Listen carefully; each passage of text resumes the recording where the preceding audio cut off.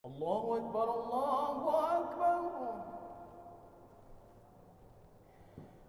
الله أكبر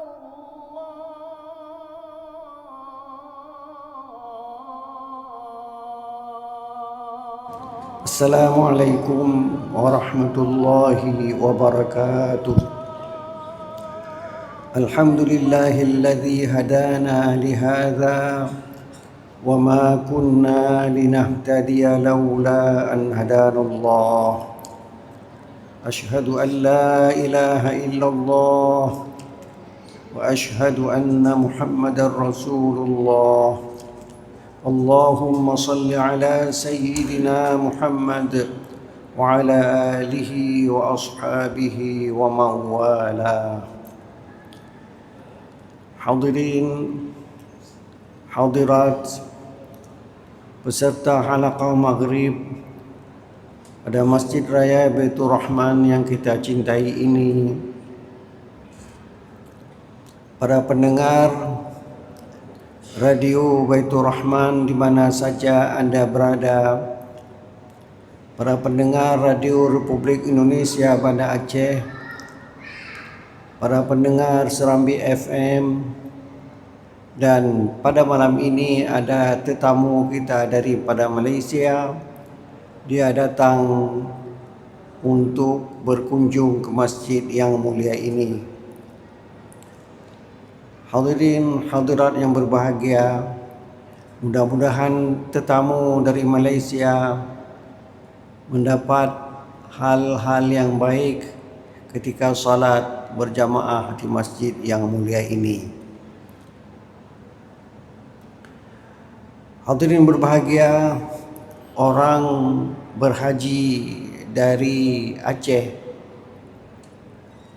mungkin tanggal 27 sampai ke Aceh. Mereka dalam gelombang yang kedua berangkat langsung ke Mekah, dan mereka tinggal di Mekah lama. Kemudian setelah wukuf di Arafah dan pulang lagi ke Mekah, baru mereka pergi ke Madinah. Di Madinah mereka salat 40 waktu berjamaah di Masjid Nabawi. Mereka mendapat pahala kalau salat berjamaah di Masjid Nabawi itu 1000 kali lebih banyak dari yang kita laksanakan di masjid-masjid yang lain. Dan kalau kita sempat salat di Masjid Al-Aqsa, kita dapat 500 kali lebih banyak daripada kita salat di masjid-masjid yang lain. Tetapi hadirin yang berbahagia, kita mendapat berita bagaimana sulitnya orang-orang salat di Masjidil Aqsa karena dikuasai oleh Zionis Israel yang melarang orang-orang Islam melaksanakan salat di Masjidil Aqsa. Perang sedang terjadi. Kita minta kepada Allah Subhanahu wa taala untuk selalu menolong orang-orang Islam dan memberi kemenangan seperti yang diberikan kepada Rasulullah dan para sahabatnya ketika perang Badar. Mereka jumlah orang sedikit, sekitar 300 orang lebih melawan 1000 orang. Tentu perkiraan kita yang 300 ini akan kalah. Tetapi Allah membantu mereka sehingga mereka mendapat kemenangan. Demikian kita minta kepada Allah Subhanahu wa taala, peristiwa perang Badar diwujudkan lagi kepada kaum muslimin yang ada di Gaza dan sekitarnya, sehingga mereka akan mendapat kemenangan walaupun mereka sedikit. Orang Israel itu sedikit, tapi dibantu oleh Amerika dan orang-orang Eropa. Mereka jauh lebih banyak bilangannya, sehingga dengan mudah dapat mengalahkan orang yang sedikit. Itulah peristiwa dalam Perang Badar. Musuh banyak, Nabi Muhammad dan sahabatnya sedikit. Tetapi karena Allah yang membantu, mereka dapat kemenangan yang gemilang. Itulah Perang Badar. Semoga peristiwa Perang Badar dan peristiwa Perang Ahzab, dalam Perang Ahzab musuh demikian banyak mengepung kota Madinah, tapi Allah memberi pertolongan kepada mereka sehingga Abu Sufyan dan kawan-kawannya pulang kembali ke Makkah. Hadirin berbahagia, kita mengharap kepada orang-orang haji yang sudah melaksanakan arba'in, 40 kali salat di Masjid Nabawi, akan salat berjamaah baik di Masjid Raya Baitur Rahman ataupun di masjid-masjid yang lain, sehingga jumlah orang berjamaah akan lebih banyak sepulang orang dari pelaksanaan ibadah haji yang mulia itu. Itulah salah satu tanda haji mereka adalah haji yang mabrur, dan kita ingin ikut mereka masuk syurga ketika mereka dimasukkan oleh Allah Subhanahu wa taala ke dalam syurga karena mereka mendapat haji yang mabrur. Kita ini yang belum sempat melaksanakan ibadah haji, walaupun tidak sempat ibadah haji, kita minta mereka berdoa kepada kita agar kita termasuk penduduk syurga. Amin ya rabbal alamin. Saya sambil kita beriktikaf, sambil kita menunggu waktu Isya, saya selalu menceritakan tentang Ashabul Kahfi.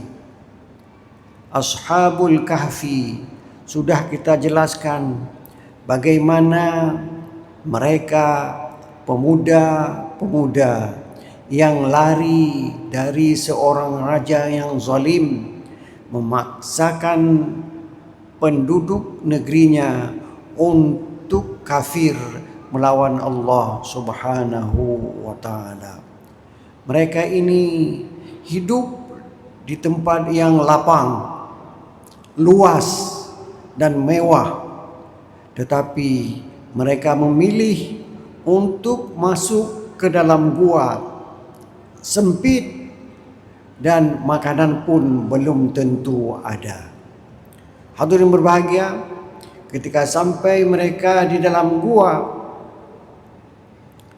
Allah memberikan perasaan ke dalam hatinya. Gua yang sempit itu lapang di dada mereka. Gua yang tidak ada makanan, mereka tidak perlu makan karena mereka ditidurkan oleh Allah Subhanahu wa taala dalam gua tersebut.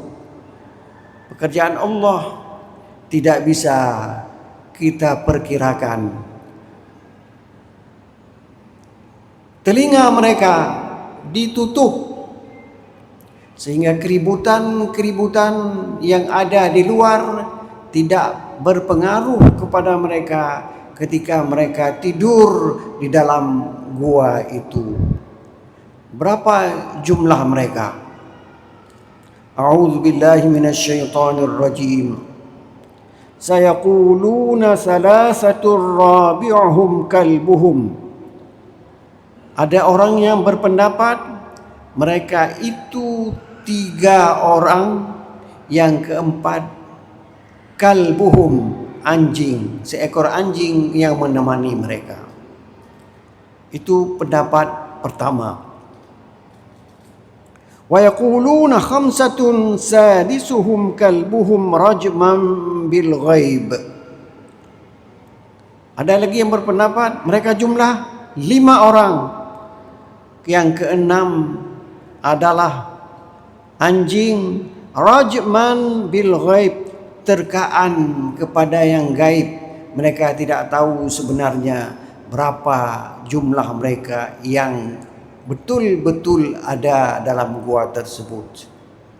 Ada yang mengatakan 3, keempat kalbuhum. Ada yang mengatakan khamsatun, 5 orang. Yang keenam anjing mereka. Itu dugaan yang tidak ada dasarnya. Rajman bil ghaib. Wa yaquluna sab'atun wa saminuhum kalbuhum. Ada lagi berpendapat mereka 7 orang. Yang ke-8 anjing mereka. Ada yang mengatakan 3, ada yang mengatakan 5, ada yang mengatakan 7. Qul, katakan Muhammad, ketika berbeda pendapat itu orang Nasrani, keluar dari orang Nasrani. Kalau orang Malkaniyah mengatakan 3 orang tambah 1 anjing. Aliran Yakubiyah 5 orang tambah 1 anjing. Ada yang mengatakan Nasturiyah 7 orang tambah 1 anjing. Qul, katakan Muhammad, tidak perlu kamu katakan ini yang betul, itu yang salah, ini begini, itu begitu. Tidak. Qul, katakan Rabbi a'lamu bi'iddatihim. Tuhanku yang mengetahui berapa bilangan mereka. Ma ya'lamuhum illa qalil. Bilangan mereka tidak diketahui kecuali oleh orang-orang istimewa. Ibnu Abbas, ahli tafsir yang telah didoakan oleh Rasulullah sallallahu alaihi wasallam, mengatakan, "Ana minal qalil alladhi istasna Allahu azza wa jalla." Saya termasuk orang-orang yang dikecualikan oleh Allah. Ini termasuk orang yang sedikit itu entah berapa orang. Termasuk di situ Abdullah Ibnu Abbas, termasuk Ibnu Abbas. Kanu sab'atan siwal kalb. Kata Ibnu Abbas, mereka berjumlah 7 orang tambah 1 anjing. Walam yarid fi sahih an Nabi sallallahu alaihi wasallam syai'un fi dzalik. Tidak pernah ada berita dari Nabi berapa jumlah ashabul kahfi itu. Tapi Ibnu Abbas mengatakan jumlah mereka 7 orang tambah 1 anjing. Kemudian penulis tafsir mengatakan, wa fi hadha dalalatun ala anna al-muhimma laisa huwa ma'rifatul adad. Ini berarti tidak penting kita mengetahui jumlah berapa ashabul kahfi itu. Balil muhim al-i'tibaru bidzalikal qasas. Yang penting kita ingin mengambil i'tibar dari kisah tersebut. Jadi jumlah kisah, kalau kisah kita terjadilah pada tanggal sekian, kemudian pada tanggal sekian berubah, kemudian pada tanggal sekian lagi berubah, sehingga cerita itu berakhir. Itu yang penting, cerita tanggal. Tetapi cerita dalam Al-Quran tidak perlu tanggal dan tidak perlu bilangan orang yang turut serta dalam cerita tersebut. Yang penting kita bisa mengambil i'tibar. Kalau Allah mengizinkan kita ini hidup di alam yang demikian luas, tapi rasa hati kita tidak tentram, kemudian kita hidup dalam gua yang kecil, Lantas Allah memberikan ketentraman. Itulah yang diberikan kepada Ashabul Kahfi. Mereka tidur dalam gua itu bertahun-tahun. Bertahun-tahun mereka tidur. Mereka tidak makan. Mereka tidak minum. Telinga mereka tertutup. Sehingga suara apa saja yang ada di luar tidak terdengar oleh mereka. Mereka tidak bangun. Satu hari mereka bangun. Kalau sudah bangun, maka mereka perlu makanan. Mereka katakan saja 7 orang. Salah satu daripada mereka bernama Tamliha. Tamliha ini disuruh oleh teman-temannya, kamu pergi keluar, bawa uang ini, cari makanan yang cocok untuk kita, yang halal untuk kita. Dia pergi. Begitu dia keluarkan uang, penjual terkejut. Uang ini sudah 300 tahun yang lalu. Rajanya sudah tidak ada lagi. Dulu rajanya itu kafir, sekarang rajanya itu beragama tauhid. Kapan ketahuan? Ketika dia lihat jenis uang. Jenis uang itu kalau orang kita melihat uang di masa Belanda, saya tidak hidup di masa Belanda. Kalau melihat seseorang membawa uang Belanda, berarti dia hidup di masa Belanda dulu. Nenek moyang kita itu hidup di masa Belanda. Masa Belanda tahun 1942-43. Nah itu Aceh ini dikuasai oleh Belanda. Masjid ini dibakar oleh Belanda karena pejuang-pejuang Aceh berkumpul di masjid. Di sini mereka akan mempertahankan tanah Aceh walaupun sejengkal. Ketika itu ketahuan pada Belanda, maka Masjid Raya Baitur Rahman yang dibuat dari kayu, dulu ini masjid ini terbuat dari kayu, diserang oleh Belanda dari Ulele. Ulele itu salah, saya sebut Ulele, orang Aceh. Tapi orang non Aceh susah menyebutnya Ulele. Kalau saya, karena orang Aceh, menyebut Ulele. Le itu susah kita sebutkan. Seperti saya pergi ke Malaysia, sono, saya tak bisa sono tu ya. Orang Malaysia dengar kata saya, oh, ni bukan orang Malaysia ni. Bukan orang Malaysia ni. Ya, jadi maka diseranglah Masjid Raya Baitur Rahman. Hancur semua. Maka pimpinan atau panglima Belanda berjalan kaki dari Ulele kemari sekitar 5 kilo kira-kira begitu jalan. Rupanya ada orang-orang Aceh yang masih hidup dan masih ada senjata-senjata yang ada di tangan mereka. Maka jenderal itu tertembak di sini di Masjid Raya Baitur Rahman dan dikuburkan di depan masjid. Maka orang-orang yang datang kemari bisa melihat kuburannya, tapi sudah diangkut ke Belanda semua. Hadirin berbahagia, seorang imam besar di Masjid Raya Baitur Rahman tidak keluar dari masjid. Dia memeluk Al-Quranul Karim, tertembak dan mati Al-Quran dalam pelukannya.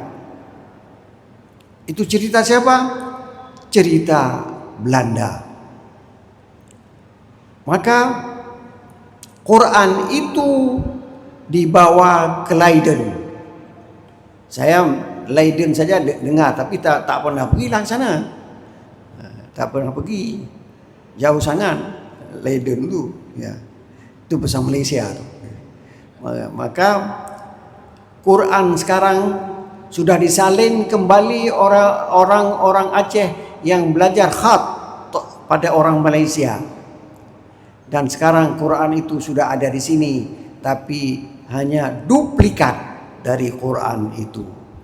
Hadirin berbahagia, yang penting kita mengambil i'tibar dari cerita, bukan mengetahui kapan tanggal terjadi, siapa yang membuat dan sebagainya. Jadi katanya, fi hadha dalalatun ala anna al-muhimma laysa huwa ma'rifatul adat, bal al-muhim al-i'tibaru bidzalikal qasas, dan itu bima yakunu nafi'an liuqulina wa tathhira akhlaqina wa ruqiyina fi hayatina ad-dunyawiyah wal ukhrawiyah. Dia dapat meningkatkan kehidupan kita di dunia, dapat meningkatkan kehidupan kita di akhirat. Seperti saya katakan tadi, kalau kita sudah diridhai oleh Allah Subhanahu wa taala, sama dengan orang Ashabul Kahfi, di tempat yang kecil mereka merasa lapang. Hadirin berbahagia, kita sambung ayatnya. Cerita Ashabul Kahfi sudah ada pada nabi-nabi sebelum Nabi Muhammad sallallahu alaihi wasallam. Orang Yahudi Madinah ada Bani Quraizah, ada Bani Qainuqa, dan seterusnya. Satu lagi lupa saya namanya. 3 kabilah ada di kota Madinah. Ketika orang Quraisy merasa sulit dengan munculnya Muhammad sallallahu alaihi wasallam yang mengatakan dia seorang nabi, orang Quraisy mengirim 2 orang yang namanya An-Nadhr bin Harith dan Utbah bin Abi Mu'ayyid, dikirim ke Madinah untuk bertemu dengan pemimpin Yahudi. Kata orang Yahudi, kalau betul-betul dia itu nabi, tanyakan pertanyaan ini. Ada 3 buah pertanyaan. Pertanyaan pertama, ceritakan tentang Ashabul Kahfi. Kalau Nabi Muhammad tahu, itu berarti dia nabi. Kemudian ceritakan tentang roh. Kalau tahu, itu seorang nabi. Cerita tentang seorang yang mengelilingi dunia. 3 pertanyaan itu ditanyakan kepada Nabi. Jadi yang bertanya itu sesudah sampai di Madinah, kembali lagi ke Mekah, bertemu dengan pemimpin-pemimpin Mekah, dan mereka menghadap Muhammad sallallahu alaihi wasallam menanyakan, Muhammad, ceritakan kepada kami tentang roh. Ceritakan kepada kami tentang Ashabul Kahfi. Ceritakan kepada kami tentang seorang yang mengelilingi dunia. Rasulullah yakin bisa menceritakannya. Apa dia jawab? Besok saya akan cerita kepada kamu. Tanpa mengatakan insya Allah. Kita kalau berjanji selalu harus mengatakan insya Allah. Sebab kekuasaan kita di masa depan itu terletak di tangan Allah Subhanahu wa taala. Nabi ditegur, wala taqulanna li syai'in inni fa'ilun dzalika ghada. Jangan kamu katakan terhadap sesuatu bahwa saya akan bekerja besok. Jangan. Nabi kena yakin sekali mengatakan, saya akan ceritakan itu, tanpa mengatakan insya Allah. Nabi ditegur, yang kecil-kecil saja ini ditegur. Kalau kita tiap hari, kalau ada orang bilang, jangan lupa ya, tanggal 1 Juli nanti pergi ke rumah saya, ada kenduri. Ya, begitu. Ada kenduri, ya saya datang. Padahal tidak boleh, insya Allah saya datang. Itu yang harus kita ambil. Jadi yang kita ambil adalah faedahnya untuk kita. Ya. Jadi kalau kita berjanji, insya Allah.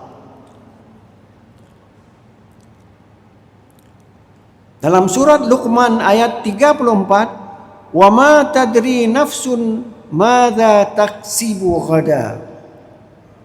Jiwa seseorang tidak tahu apa yang akan dikerjakan besok. Kita bisa buat rencana. Saya pernah pergi sekolah. Di malam hari saya sudah menguasai bahan itu 100%. Besok saya jawab semuanya pertanyaan itu. Tapi waktu besok saya pening. Entah apa penyakitnya, pening. Tidak tahu saya menjawab. Itulah kehendak Allah Subhanahu wa ta'ala. Kita boleh berencana, rencana kita akan terwujud jika sesuai dengan rencana Allah Subhanahu wa ta'ala. Itu ayat 23 dari surat Al-Kahfi. Disambung, illa an yasha Allah. Sebutkan kecuali kalau Allah mengizinkan. Saya akan beritahukan cerita itu kepada kamu, insya Allah, jika Allah menghendaki. Kalau Allah tidak menghendaki, cerita itu tidak akan terjadi. Menurut para mufassirin, Nabi tidak menerima wahyu tertahan 15 hari. Jadi orang Quraisy mengejek Nabi. Kalau begitu, apa yang kamu janjikan? Nah, bagaimana? Sesudah 15 hari Rasulullah menceritakan cerita tentang Ashabul Kahfi ini. Tapi bukan seperti cerita kita, tanggal sekian, orangnya sekian, begini kerjanya, bukan. Dia ingin menceritakan ketauhidan, keesaan Allah Subhanahu wa ta'ala. Dia sendiri sanggup menutup kuping mereka, telinga mereka, sehingga mereka bisa tidur lama sekali. Bukan 1 hari, bukan 1 bulan, bukan 1 tahun, bukan 10 tahun. Mereka tidur beratus-ratus tahun dalam gua itu. Itu yang ingin kita ambil i'tibar dari cerita. Kemudian bagaimana sinar matahari masuk ke dalam gua? Apakah langsung? Kata ahli kedokteran, kalau langsung disinari tiap hari, maka kulit kita akan hancur. Maka bentuk atau letak gua itu tidak masuk sinar matahari secara langsung, sehingga mereka beratus-ratus tahun di dalam gua itu bolak-balik, dibolak-balik, mereka selamat sampai beratus-ratus tahun. Wadhkur rabbaka idza nasit. Kalau kamu lupa terhadap Tuhan, waktu teringat langsung sebut astagfirullah, astagfirullah, karena saya lupa tadi. Asa an yahdiyani rabbi li aqraba min hadza rasyada. Mudah-mudahan Allah memberi lebih dekat ke rasyad. Apa itu rasyad? Itu keesaan, apa itu pengetahuan tentang agama yang betul. Dalam waktu dekat saya akan menguasai semua, insya Allah. Demikian harapan kita, supaya Allah selalu bersama kita. Jangan lepaskan aku ya Allah, walaupun sedetik. Engkau harus selalu mengawasi aku hidup di dunia ini. Kita duga kita bisa bergerak semerdeka kita. Tidak. Kita selalu dalam pantauan Allah Subhanahu wa ta'ala. Tetapi kalau istidraj itu adalah diberi kesempatan untuk kita bergerak dalam gerakan yang berbeda dengan kehendak Allah, supaya kita makin banyak dosa, maka makin dalam neraka Jahannam. Jadi ada orang yang hari ini minum khamar, sehat saya sehat, minum ini sehat saya. Padahal khamar itu haram. Khamar itu haram. Sabu-sabu juga haram. Tapi saya makin kaya dengan sabu-sabu. Ketahuilah, itu istidraj. Diberi kesempatan agar kamu terus menerus banyak dosanya. Nanti di hari kiamat dihitung kamu banyak sekali dosa, maka kamu akan masuk neraka Jahannam dalam sekali, dan tidak mungkin kamu keluar berapa tahun lagi. Inilah yang kita takut. Istidraj ini jangan sampai mengena kita orang-orang Islam ini. Hadirin berbahagia, ini ada satu cerita an Abi Hurairah radhiyallahu anhu qala Rasulillah sallallahu alaihi wasallam annahu qala. Cerita tentang Nabi Sulaiman. Nabi Sulaiman juga tidak mengucapkan insya Allah, sama seperti Nabi Muhammad. Apa kata Nabi Sulaiman? Qala Sulaiman ibnu Daud. Sulaiman anak Nabi Daud. Nabi Sulaiman anak Nabi Daud alaihi wassalam. La atufanna al-lailata ala 70 imra'atan. Saya akan datang kepada 70 orang wanita. Dia datang sebentar, dia datang sebentar, dia datang sebentar, sampai 70 orang. Wa fi riwayatin 90 imra'ah. Dalam riwayat yang lain 90 orang wanita. Dia akan menggauli wanita itu sampai satu malam 70 atau satu malam 90. Wa fi riwayatin 100 imra'ah. Ada yang mengatakan 100 orang wanita yang digauli oleh Nabi Sulaiman. Talidu kullu imra'atin minhunna ghulaman yuqatilu fi sabilillah. Dia akan melahirkan seseorang yang satu malam 70 orang yang mereka itu akan menjadi orang-orang yang mujahidin yang membela agama Allah Subhanahu wa ta'ala.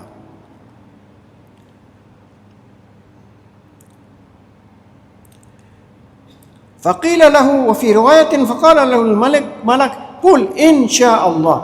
Katakan Sulaiman insyaallah, tapi Sulaiman lupa mengatakan insyaallah. Falam yaqul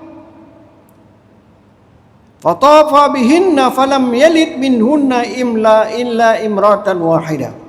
Dari 70 orang wanita yang digauli, atau 90 wanita yang digauli, atau 100 orang wanita yang digauli, yang melahirkan hanya satu orang. Kenapa? Karena dia tidak mengatakan insya Allah. Nabi kita, Nabi Muhammad, sampai 15 hari tertahan wahyu karena dia tidak mengatakan insya Allah. Hadirin berbahagia, kita sambung lagi, masih ada waktunya.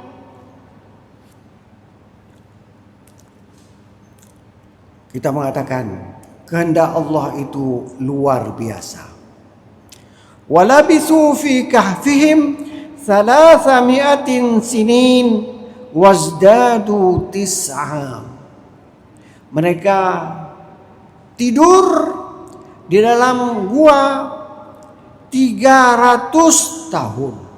Coba. Kita satu hari saja tidur sudah bangun.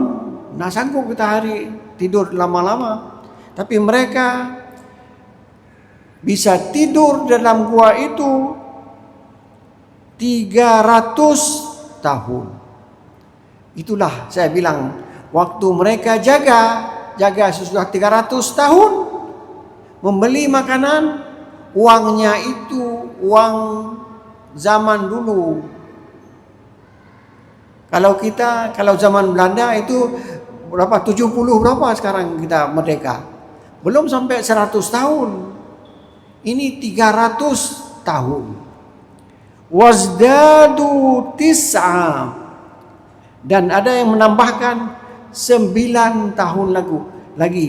309 tahun. Waktu kita tanya kepada para ahli tafsir, kita ini tidak bisa tafsir, kita tanya, dan mudah sekali kita bertanya kepada orang ahli tafsir, karena waktu kita tanya tidak diminta uang. Berbeda kalau kita tanya kepada orang-orang tertentu, saya penyakit ini, bagaimana obatnya, itu dikasih resep, harus kita bayar, harus kita beli. Tapi kalau ini pertanyaannya mudah saja dijawab. Kalau 300 tahun itu dengan tahun Qamariyah, dengan tahun Syamsiyah, tahun dihitung dengan matahari. Tahun matahari, bulan dengan bulan perhitungan matahari ada 29, ada 30, ada 31. Kalau bulan yang dihitung dengan Qamariyah itu 29 dan 30. Itulah sebabnya kita berpuasa 29 hari atau kita berpuasa 30 hari. Tidak pernah kita berpuasa 31 hari. Perhitungannya Qamariyah. Hadirin berbahagia, kita ingin keimanan kita kepada Allah Subhanahu wa taala bertambah kuat sehingga kita semuanya menjadi penghuni syurga. Amin ya rabbal alamin. Wassalamualaikum warahmatullahi wabarakatuh. ولو ترى إذ المجرمون ناكسوا رؤوسهم عند ربهم ربنا أبصرنا وسمعنا فارجعنا نعمل صالحا إنا موقنون. وقال النبي صلى الله تعالى عليه وآله وصحبه وبارك وسلم وشرف وكرم ومجد وعظم: طوبى للمخلصين أولئك مصابيح الدجى تتجلى